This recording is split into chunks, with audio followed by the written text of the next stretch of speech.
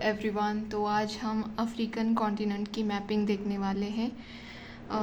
काफ़ी मतलब 2-3 दिन से हमने मैपिंग नहीं देखी, लेकिन आज हम अफ्रीकन कॉन्टिनेंट की बेसिक मैपिंग करेंगे और कल जो भी इसकी कंट्रीज़ न्यूज़ में है उससे रिलेटेड हम मैपिंग करेंगे। और जो कुछ फिजिकल जो फिजियोग्राफी में जो आना चाहिए था वो अगर नहीं आया है ना, तो उसको भी हम कल कवर कर देंगे। तो आज ऐसे समझे कि पार्ट 1 है अफ्रीकन कॉन्टिनेंट का और कल पार्ट 2 आ जाएगा। ठीक है, तो वैसे भी मैं बेसिक बता ही दूंगी आपको जो भी इम्पोर्टेंट न्यूज़ में है, और फिर हम कल अच्छे से डिटेल में डिस्कस कर लेंगे। ठीक है, तो चलो देखते हैं। ये मैंने मैप यहाँ पे ड्रॉ किया है और जो हमारा प्रीवियस हमने जो कंप्लीट किया है उसको भी हम रिवाइज कर लेंगे थोड़ा बहुत। तो चलो देखते हैं। बेसिकली हमको ये देखना है आज के इसमें कि जो हमारा इक्वेटर है, मतलब ट्रॉपिकल एरिया जो है, ट्रॉपिक ऑफ कैंसर ऊपर से आता है, फिर इक्वेटर आता है, उसके नीचे ट्रॉपिक ऑफ कैप्रिकॉर्न होता है। ये जो एरिया है इसको हम ट्रॉपिकल एरिया बोलते हैं इसको। ठीक है, इसके ऊपर जो आता है उसको हम क्या बोलते हैं, टेम्परेट रीजन। तो ये हमारा ट्रॉपिकल रीजन है, तो इसके बारे में आज हम देखेंगे। पहले तो देखते हैं कि ऊपर जो है वो ट्रॉपिक ऑफ कैंसर आता है, तो जो अफ्रीकन कॉन्टिनेंट से पास होता है, मतलब अफ्रीकन कंट्रीज जो है उनमें से पास होता है, उसकी नेम यहाँ पे मैंने मेंशन किया है। और जो आप ये ऑरेंज कलर में देख रहे हो यहाँ पे, ये पूरे कंट्री जो है वो इन कंट्रीज़ को ट्रॉपिक ऑफ कैंसर इन कंट्रियों से पास होता है। ठीक है, यहाँ पे मैंने ऑरेंज में, ये सुविधा के लिए मैंने कलर दे रखा है। और जो ये आप ग्रीन देख रहे हो, ये इन कंट्रियों से इक्वेटर क्रॉस होता है, मतलब पास होता है। और जो ये नीचे आप देख रहे हो ना रेड कलर, तो इसमें से ट्रॉपिक ऑफ कैप्रिकॉर्न पास होता है। तो यही मैंने ये आपको आसान हो समझने के लिए इसीलिए मैंने यहाँ पे ऐसे कलर किया है। ठीक है, देर नहीं करते हैं, जल्दी से हम इनको देखते हैं, इनकी कंट्रीज़। जो ट्रॉपिक ऑफ कैंसर है, जो मतलब इन कंट्रियों से होके गुज़रता है, तो पहले तो ये इधर के साइड से देखा जाए, मतलब वेस्टर्न साइड से देखा जाए, तो यहाँ पे वेस्टर्न सहारा आता है और उसके ऊपर यहाँ पे मोरक्को है। यहाँ पे मैंने अटलास माउंटेन, क्योंकि ये मोरक्को और जो अल्जीरिया है इसको क्रॉस करता है, मतलब इन दो कंट्रियों के बीच में यहाँ पे अटलास माउंटेन लोकेट करता है, तो इसीलिए मैंने यहाँ पे ये अटलास माउंटेन का भी लिखा है। ठीक है, तो अब देख रहे हैं हम ट्रॉपिक ऑफ कैंसर की कंट्रीज़, मतलब जिससे ये गुजरता है। तो यहाँ पे फर्स्ट ऑफ ऑल देखा जाए तो यहाँ पे वेस्टर्न सहारा है और ये मारुतानिया है, यहाँ पे माली है, ऊपर अल्जीरिया है, ये नाइगर है, यहाँ लीबिया है, यहाँ पे इजिप्ट है। इन कंट्रियों से कितनी कंट्रीज होती हैं, 1 2 3 4 5 6 7 कंट्रियों से होके ये ट्रॉपिक ऑफ कैंसर निकलता है। और रेड सी इधर अगर देखा जाए तो रेड सी भी है। तो आपको ना ऐसे ड्रॉ करोगे, आप ऐसे बिल्कुल मेरी तरह से करोगे ना, तो बताओ कैसे भूलोगे आप, नहीं भूल पाओगे। तो इसके लिए आप अपनी तरफ से निमोनिक्स भी बना सकते हो। अगर नहीं है, आपको ऐसे ही याद रहती है, मुझे तो ऐसे ही याद रहती है तो मैंने ऐसे ही याद रख ली है। लेकिन आप देखोगे ना तो मेडिटेरियन जो सी है यहाँ पे, इसको साउथ में जो अफ्रीकन कंट्रीज़ बॉर्डर बनाती है उसमें से ये मोरक्को आता है, अल्जीरिया आता है, यहाँ पे ट्यूनीशिया है, यहाँ पे लीबिया है, इजिप्ट है। तो इनमें से तो देखो ये दो, मोरक्को और ट्यूनीशिया निकाल दो, तो ये 3 कंट्री तो ट्रॉपिक ऑफ कैंसर मतलब इन कंट्रियों से निकलता है। तो बची कितनी, वेस्टर्न सहारा, मारुतानिया, मालिया, नाइगर, यही याद रखनी है। और ये तो है ही ऑलरेडी, तो आप माँ करके याद रख सकते हो नाइगर। और ये अले भी कर सकते हैं, ALE अले, सहारा अले, मामा निगर ऐसे भी रख सकते हो, आप अपने अकॉर्डिंग कर सकते हो। ठीक है, तो ये हो गई ट्रॉपिक ऑफ कैंसर की, मतलब ट्रॉपिक ऑफ कैंसर जिन कंट्रियों से निकलता है उन कंट्रीज़ के नेम हमने यहाँ पे ऑरेंज में देखा है। और आप याद रखना, जो अगर ऐसे पर्टिकुलरली अफ्रीकन कंट्रीज़ के ही नेम पूछे गए तो आप ये याद रख लेना। ठीक है, अब देखते हैं हम इक्वेटर हमारे लिए इतना ही इम्पोर्टेंट है।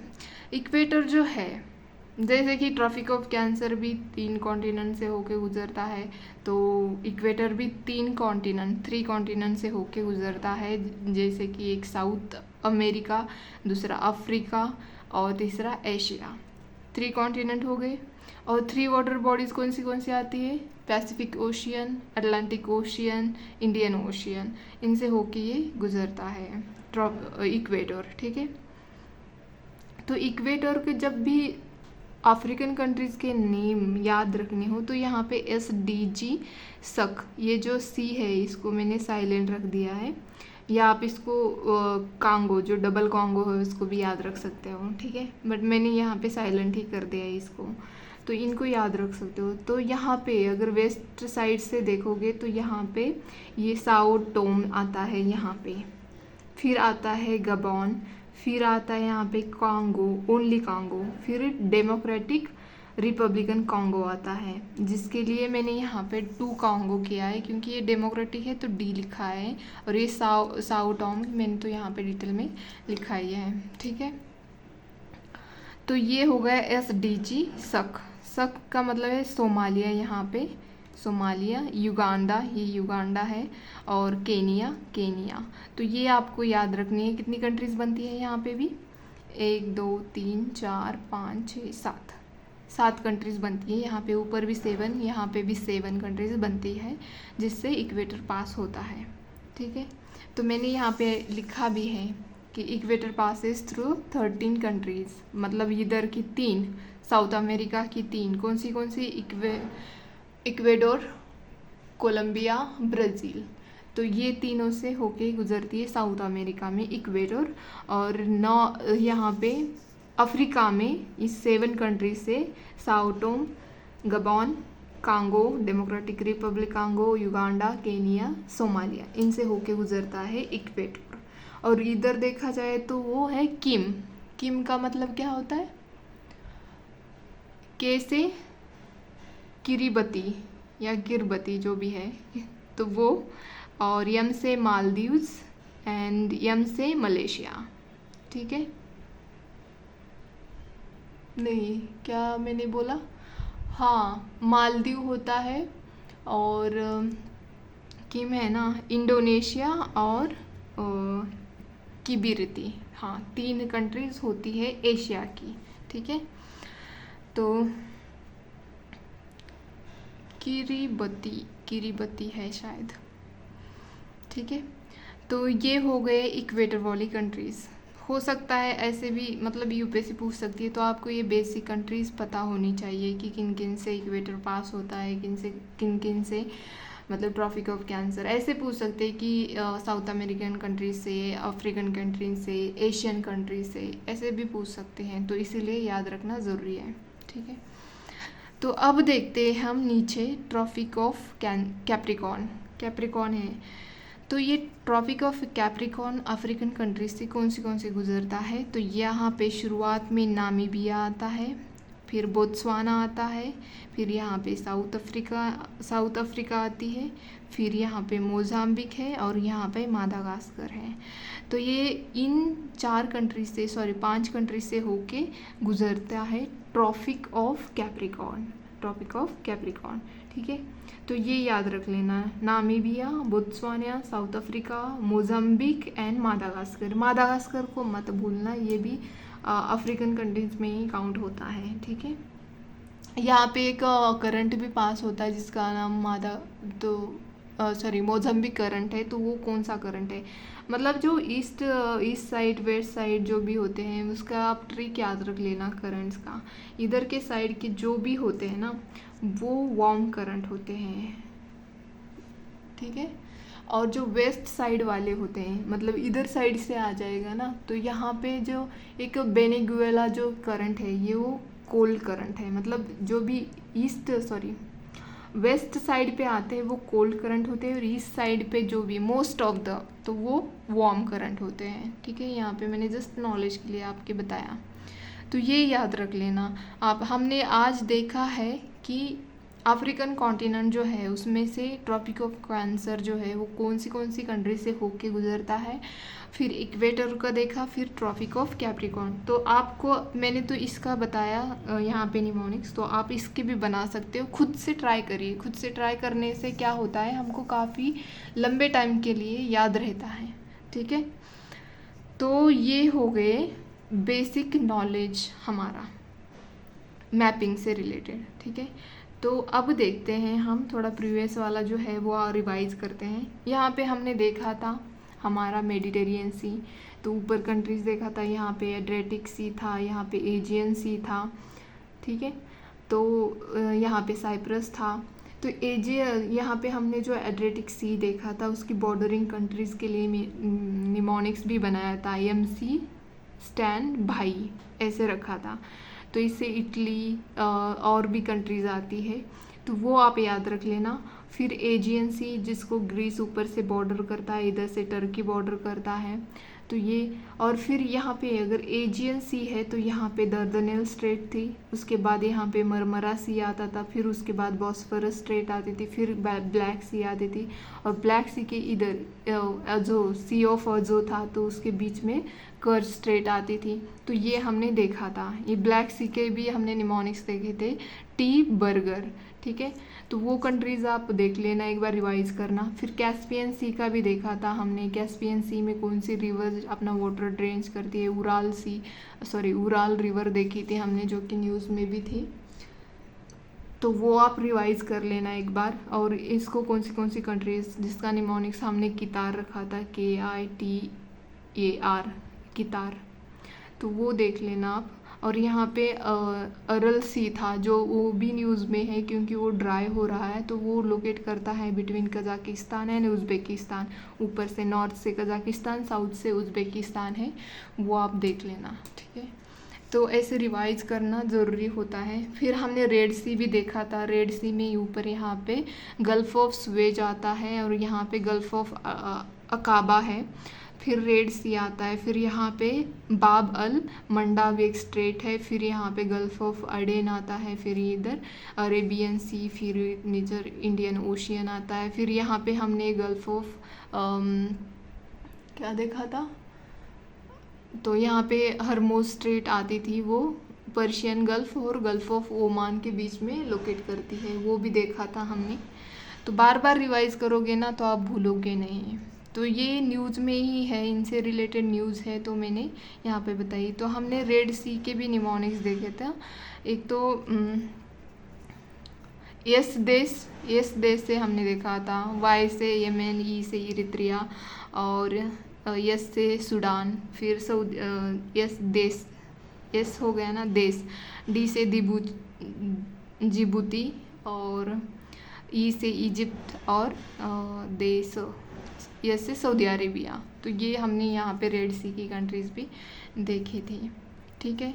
तो अब देखते हैं, मतलब मैंने शॉर्ट में रिवाइज कर दिया आपको जो भी हमने पिछली बार देखा था। और फिर ईरान का भी देखा था। ईरान में एक बात डिस्कस करना रहेगा, ईरान और जो अफ़गानिस्तान है उनके बीच में एक लेक लोकेट करता है, उसको भी हमें देखना है। और दूसरी बात कि ईरान और इज़राइल जो है, तो इनको भी हमने डिटेल में ही देखा है, बट कुछ चीज़ें हैं जो रह गई है, तो उनको भी हम फिर से दोबारा से कवर करेंगे, थ्रो क्वेश्चन हो चाहे या डिस्कस, ऐसे वीडियो बना के कर देंगे हम, ठीक है। तो इस तरह से आपको याद रखना है, और जब तक आप खुद से नहीं रखोगे ना तो वो होगा नहीं, ठीक है।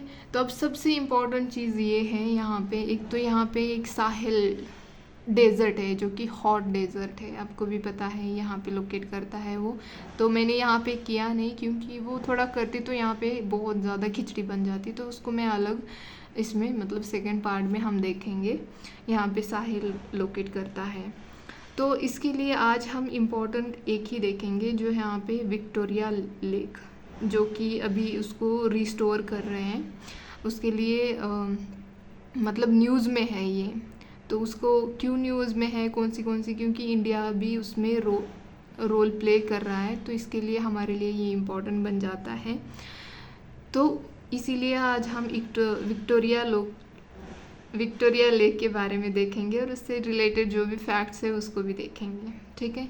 एक तो ये विक्टोरिया लेक जो है यहाँ पे लोकेट करता है, और इसके नॉर्थ में जो इक्वेटर जाता है वो टच करता है, यहाँ पे याद रख लेना। विक्टोरिया लेक के नॉर्थ पे इक्वेटर जो है वो टच करता है, तो यहाँ पे याद रख लेना, ठीक है। और ये जो लेक है सबसे ज़्यादा तंजानिया में लोकेट करता है। ऑलमोस्ट 51% इसका वाटर जो है यहाँ पे तंजानिया में लोकेट करता है। फिर युगांडा में ये लोकेट करता है 43%, और केनिया में जो है वो 6% यहाँ पे लोकेट करता है, ठीक है। तो इन 3 कंट्रीज़ के बीच में ये विक्टोरिया लेक लोकेट करता है। तो ये बहुत इंपॉर्टेंट बन जाता है आपको। बहुत यहाँ पे ऊपर ब्रुंडी है, नीचे रवांडा है, यहाँ पे रवांडा है, ब्रुंडी और रवांडा है। तो ये भी आपको ऑप्शन में दिए जाएंगे, तो आप कंफ्यूज हो सकते हो। तो क्लियरली आपको याद रखना चाहिए, तंजानिया, केनिया, युगांडा के बीच में विक्टोरिया लेक लोकेट करता है, ठीक है। और ये अफ्रीका का लार्जेस्ट लेक है, और यहाँ पे लिखा है मैंने, ठीक है, यहाँ पे लिखा है ये अफ्रीका का लार्जेस्ट लेक है और वर्ल्ड्स लार्जेस्ट ट्रॉपिकल लेक है। मतलब ये ट्रॉपिक में, मैंने अभी बोला था ना आपको, ये ट्रॉपिक ऑफ कैप्रिकॉर्न, इक्वेटर और ट्रॉपिक ऑफ कैंसर, ये जो एरिया लोकेट करता है, तो इनको हम क्या बोलते हैं, ट्रॉपिकल रीजन। तो ये ट्रॉपिकल रीजन में सबसे लार्जेस्ट ट्रॉपिकल लेक है ये, ठीक है। और ये वर्ल्ड का सेकंड लार्जेस्ट फ्रेश वाटर है। ये फ्रेश वाटर मतलब जो ड्रिंकेबल हो सकता है, इसमें सॉल्ट मतलब नमक वाला नहीं होता है। तो ये पूरा फ्रेश वाटर लेक है, तो ये भी याद रखना। अभी मुझे कमेंट बॉक्स में ये बताना कि वर्ल्ड का जो first largest fresh water lake है वो कहाँ पे लोकेट करता है, उसका नेम क्या है, वो मुझे आप कमेंट बॉक्स में बताना, ठीक है।